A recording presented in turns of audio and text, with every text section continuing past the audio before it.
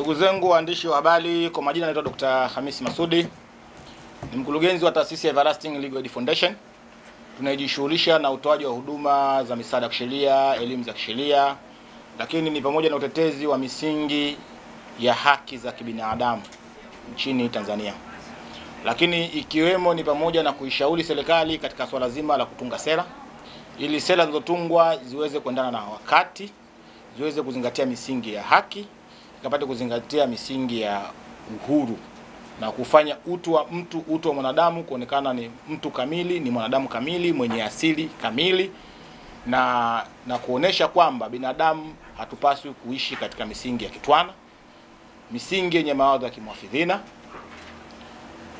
Hivyo basi, ndugu zangu waandishi wa habari, tunafahamu kwamba panapo majaliwa yake Mungu, hapo kesho siku ya tarehe 9 Disemba tunakwenda kufanya maadhimisho ya uhuru. Na mimi na sisi taasisi tukasema basi ni vyema tuweze kusema neno, na sisi tuitumie haki yetu hiyo ya uhuru, ambayo ni haki yenye misingi ya kifalsafa inayolindwa kwa mujibu wa katiba ya Jamhuri ya Muungano wa Tanzania. Tutumie uhuru huu tulionao kuweza kutoa maoni yetu katika jambo zima la haya maadhimisho ya uhuru, licha ya kwamba serikali ya Jamhuri ya Muungano wa Tanzania imetoa tamko rasmi kwamba hakutokuwa kuna sherehe ambazo mara nyingi zinafanyika kila mwaka, na badala yake ile bajeti iende au ielekezwe katika sehemu mbalimbali, labda masuala ya afya, ukarabati wa miundombinu na zile sehemu zote ambazo zilikumbwa na kadhia mnamo siku ya uchaguzi. Lakini tamko hilo haliondoi ile ya haki ya sisi wa Tanzania kuendelea na maadhimisho ya siku ya uhuru, kwa sababu tunavyosemea swala la uhuru, kama nilivyosema, kifalsafa uhuru ni nini? Kifalsafa uhuru ni haki ya kuzaliwa, yaani mtu tu unapozaliwa basi wewe ni binadamu huru. Lakini uhuru ni utu wa mwanadamu na hali ya kujiamulia mustakabali wetu au mustakabali wangu, wetu kama taifa, wangu kama mimi. Kwa tunavyokuwa kama taifa, tunavyosimama kama taifa, tunasema ni hali ya kujiamulia mustakabali wetu, lakini ni nguvu ya kujenga ustaarabu wetu. Hiyo ndo swala zima tunavyosema uhuru wa kifalsafa. Na tunavyosemea uhuru, maana yake hatuwezi kusemea uhuru pasipo amani. Na uhuru na amani nazo ni haki za msingi. Watu wengi wanasema tu hakuna amani pasipo haki. Nayo amani ni haki kwa mujibu wa sheria, kwa mujibu wa kifalsafa, kwa mujibu wa mwenendo. Kwa hiyo uhuru na haki, na uhuru na amani nazo ni haki za msingi.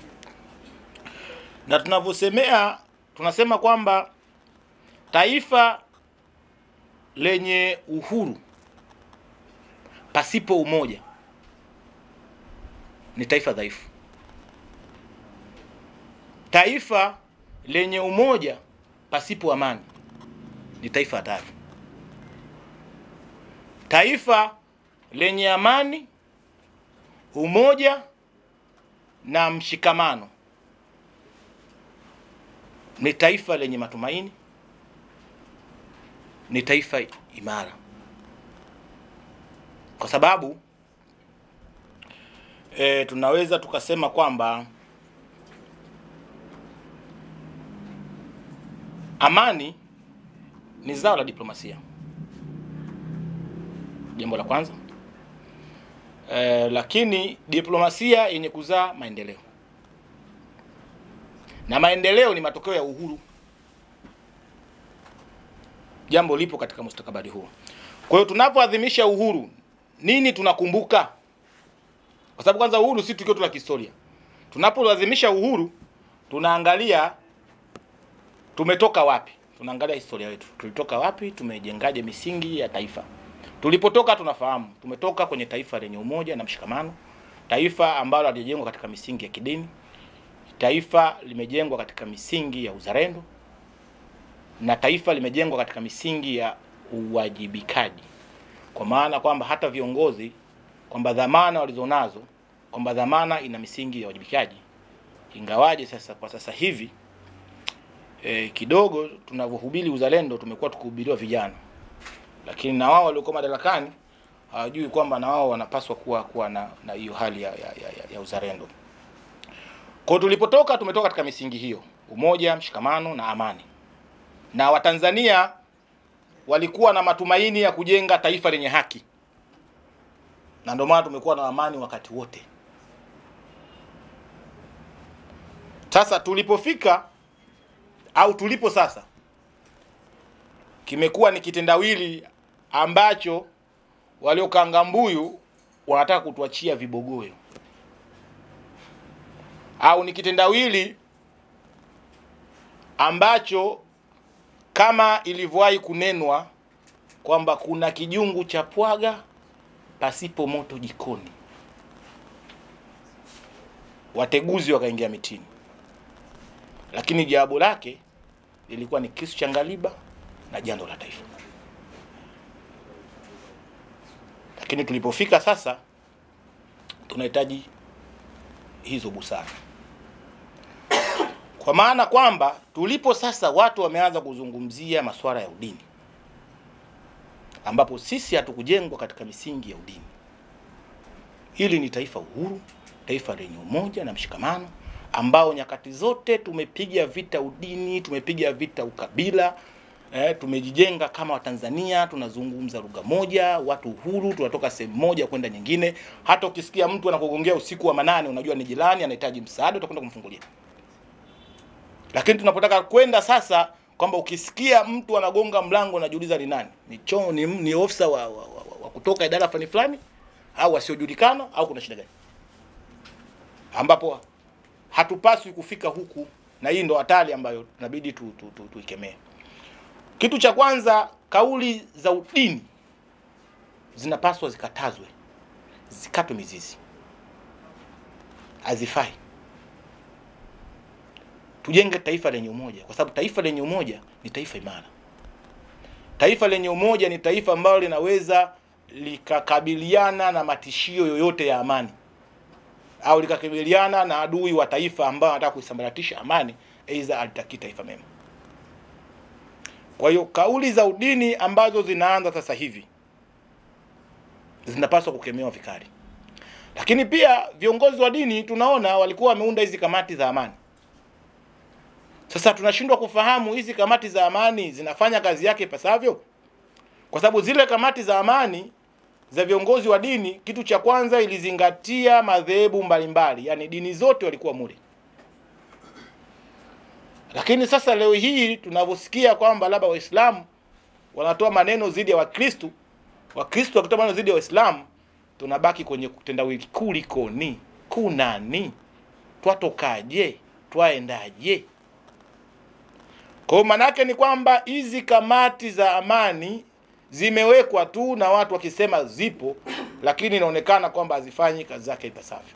Na ndio maana tumekuwa na matamko mengi, yani kila mtu anaweza kukaa msikitini akasema yake, mtu anaweza kukaa kanisani akasema yake. Kwa hiyo hakuna zile kamati za amani tukasema kamati ya amani imekaa, hili ni tamko la kamati za amani ambayo zilizozingatia dini zote. Kwa hiyo viongozi wa dini ni vyema wajenge sana mahusiano na hizi kamati za amani. Lakini pia wajikite katika kukemea yale ambayo yanapaswa, ambayo yapo katika vitabu vya Mwenyezi Mungu. Kwa mfano, hivi karibuni watu wameanza kujiuliza kwamba heshima ya vitabu ambavyo vinaaminika ulimwenguni, ambavyo ni vitabu vitakatifu, iko wapi? Leo hii tuliona katika muhimili mtu ameshika kitabu cha Mwenyezi Mungu, Mathaf, bila kuwa na stara, na akala kiapo, Mungu nisaidie.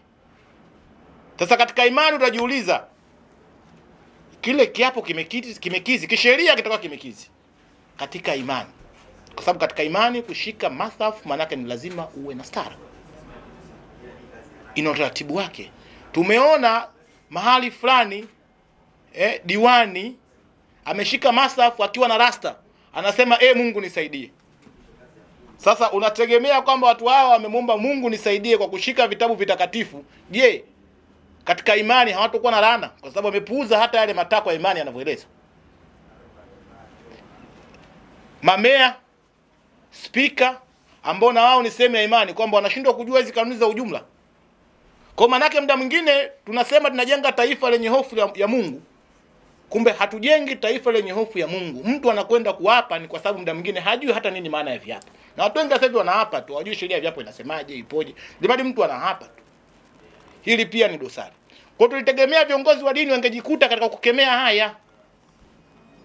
Lakini leo hii sasa wamejitoka katika misingi hiyo ya kukemea ufau ambao unaendelea, watu kudharau vitabu vya Mwenyezi Mungu, kuvitumia vile wanavyovijua wao, tofauti vile inavyopaswa. Wamehama katika mijadala, wameingia katika mjadala ya kitaifa, lakini mjadala ya kitaifa ambao wanaingia, basi tusimame kwenye mjadala wa kitaifa, lakini badala yake imekuwa ni kuanza kutoleana lugha za kushambuliana sisi kwa sisi. Vita ya udini ni vita mbaya sana. Vita ya kiimani ni vita mbaya sana. Na tusipokuwa wakali hapa, serikali na wadau mbalimbali, tutatengeneza taifa ambalo lenye hatari kubwa. Tutapoteza hadhi ya taifa, ambapo vizazi vinavyokuja kurudisha hadhi ya taifa itakuwa ni gharama kubwa sana.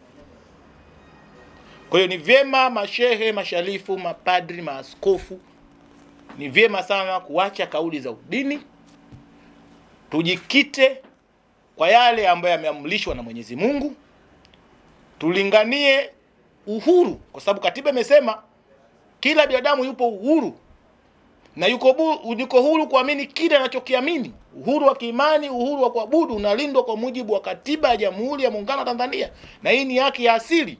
Watu wasimamie huo mustakabali.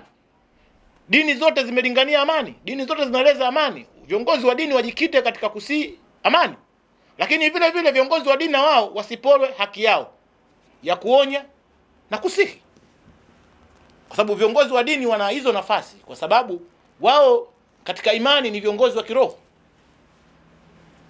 na kimwili, kwa sababu watu wanakwenda kukutana nao, wengine wanakwenda kuungama makanisani, wengine wanakwenda kwa shekhe, wengine wanakwenda kwa nini. Kwa mtu akiwa na madhonge yake na mambo chungu mzima atakwenda mbele yake. Kwa hiyo viongozi wa dini wana nafasi ya kusihi na kuonya. Wana hapa tulipo haipasi kuwa hivi.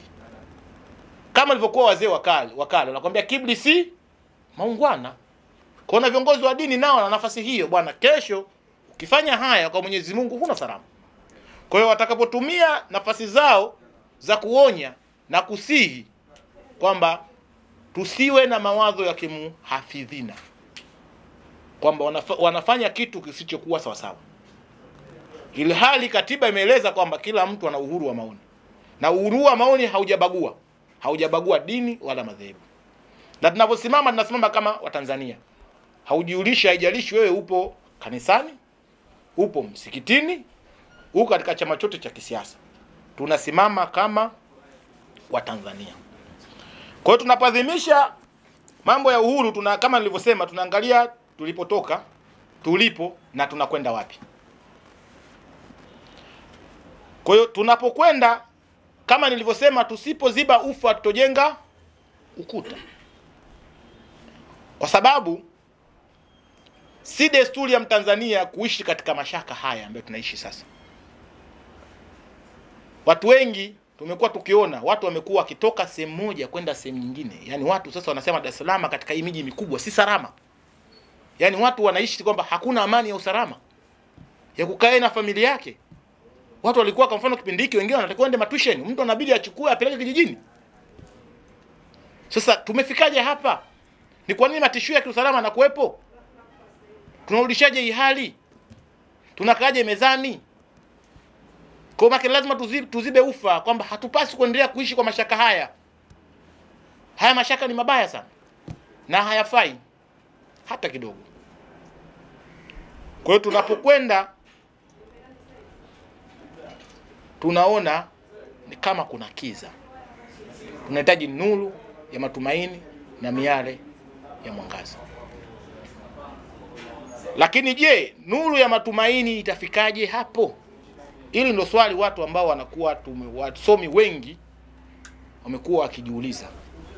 Wananchi wengi katika vijiwe vitu, sisi watu ambao kidogo sisi ni Waswahili, unajua kidogo sisi na mambo mengine, ukaa kwenye mgahawa, ukienda pale fulani, unakutana na makundi mbalimbali, wanajiuliza. Sasa jamani, tunafikaje hapa? Tumeona yale ambayo yametokea tarehe 20